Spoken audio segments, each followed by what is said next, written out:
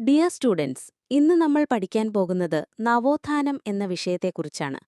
നവോത്ഥാനം എന്നത് മധ്യകാല യൂറോപ്പിൽ നിന്ന് ആധുനിക കാലഘട്ടത്തിലേക്കുള്ള ഒരു മാറ്റത്തിന്റെ കാലഘട്ടമാണ്.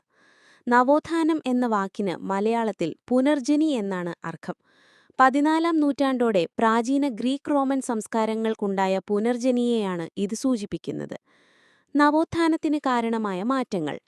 14-ാം നൂറ്റാണ്ടോടെ യൂറോപ്പിലെ സാമൂഹിക, സാംസ്കാരിക, സാമ്പത്തിക, രാഷ്ട്രീയ മേഖലകളിൽ ചില മാറ്റങ്ങൾ സംഭവിച്ചു.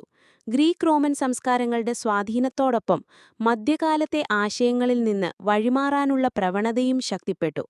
ഈ മാറ്റങ്ങളുടെ പ്രധാന സവിശേഷതകൾ ഇവയായിരുന്നു: മനുഷ്യകേന്ദ്രീകൃതമായ കാഴ്ചപ്പാട്, അതായത് മാനവികത, നഗരജീവിതത്തിന്റെയും കച്ചവടത്തിന്റെയും വളർച്ച, ദേശരാഷ്ട്രങ്ങളുടെ വളർച്ച, വ്യക്തിസ്വാതന്ത്ര്യം, യുക്തിചിന്ത, മതേതര മൂല്യങ്ങൾ എന്നിവയ്ക്ക് പ്രാധാന്യം ലഭിച്ചു.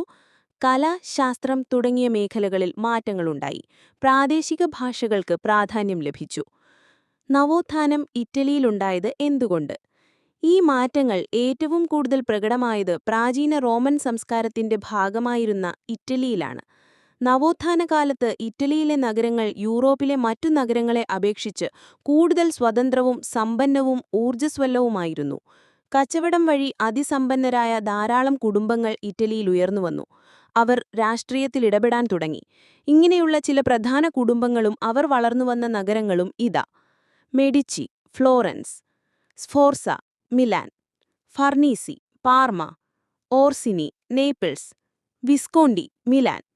ഇതേസമയം 11-ാം നൂറ്റാണ്ടു മുതൽ 13-ാം നൂറ്റാണ്ടുവരെ നടന്ന കുരിശുയുദ്ധങ്ങൾ കിഴക്കും പടിഞ്ഞാറും തമ്മിലുള്ള സാംസ്കാരിക വിനിമയത്തിന് വഴിതുറന്നു.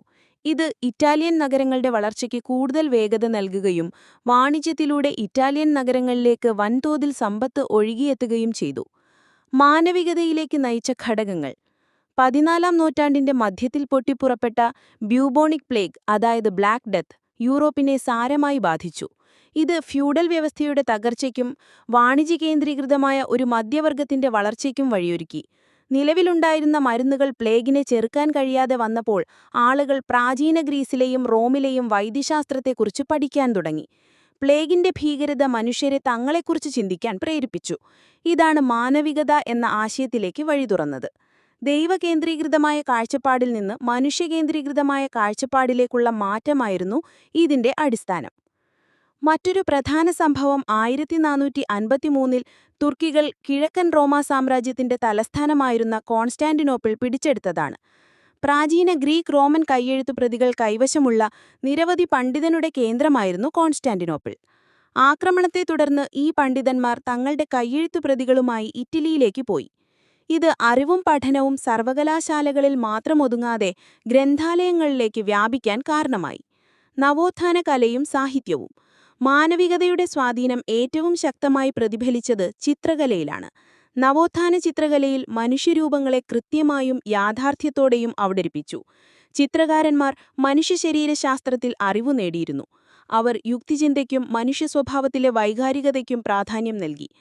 പ്രസിദ്ധരായ ചില നവോത്ഥാന ചിത്രകാരന്മാരാണ് ലിയനാർഡോ ഡാവിഞ്ചി. അദ്ദേഹത്തിന്റെ അന്ത്യ-അത്താഴം, മൊണാലിസ എന്നിവ അദ്ദേഹത്തിന്റെ വിശ്വപ്രസിദ്ധമായ ചിത്രങ്ങളാണ്. മൈക്കൽ ആഞ്ചലോ വത്തിക്കാനിലെ സിസ്റ്റീൻ ചാപ്പലിൽ വരച്ച ചുമർചിത്രങ്ങളും അന്ത്യവിധിയും അദ്ദേഹത്തെ പ്രശസ്തനാക്കി. റാഫേൽ മനുഷ്യരെ വിവേകികളും അന്തസ്സുള്ളവരുമായി അദ്ദേഹം ചിത്രീകരിച്ചു. നവോത്ഥാനകാലത്തെ സാഹിത്യകാരന്മാർ വ്യക്തിസ്വാതന്ത്ര്യത്തിനും മതേതര മൂല്യങ്ങൾക്കും പ്രാധാന്യം നൽകി. ലാറ്റിൻ ഭാഷയ്ക്കു പകരം പ്രാദേശിക ഭാഷകളിലാണ് പലരും കൃതികൾ രചിച്ചത്. ചില പ്രമുഖ നവോത്ഥാന സാഹിത്യകാരന്മാരാണ്: ദാന്തെ ഡിവൈൻ കോമഡി എന്ന കൃതി രചിച്ചു. പെട്രാർക്ക് മാനവികതയുടെ പ്രചാരകനായിരുന്നു. ബൊക്കാച്ചിയോ ഡെക്കാമറോൺ എന്ന കൃതിയുടെ രചയിതാവ്. നിക്കോളോ മാക്യവെല്ലി ദ പ്രിൻസ് എന്ന കൃതിയിലൂടെ രാഷ്ട്രീയ ചിന്തകൾ അവതരിപ്പിച്ചു.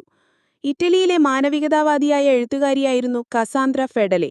സ്ത്രീകൾക്ക് ഉന്നത വിദ്യാഭ്യാസം നൽകേണ്ടതിന്റെ പ്രാധാന്യത്തെക്കുറിച്ച് അവർ സംസാരിച്ചു. ഇവയെല്ലാം യൂറോപ്പിൽ വലിയ മാറ്റങ്ങൾക്ക് കാരണമായ പ്രധാന ഘടകങ്ങളാണ്. ഇത്രയും കാര്യങ്ങൾ നിങ്ങൾക്ക് മനസ്സിലായി കാണുമെന്ന് കരുതുന്നു. ഇനി നിങ്ങൾക്ക് എന്തെങ്കിലും സംശയങ്ങളുണ്ടെങ്കിൽ ചോദിക്കാം.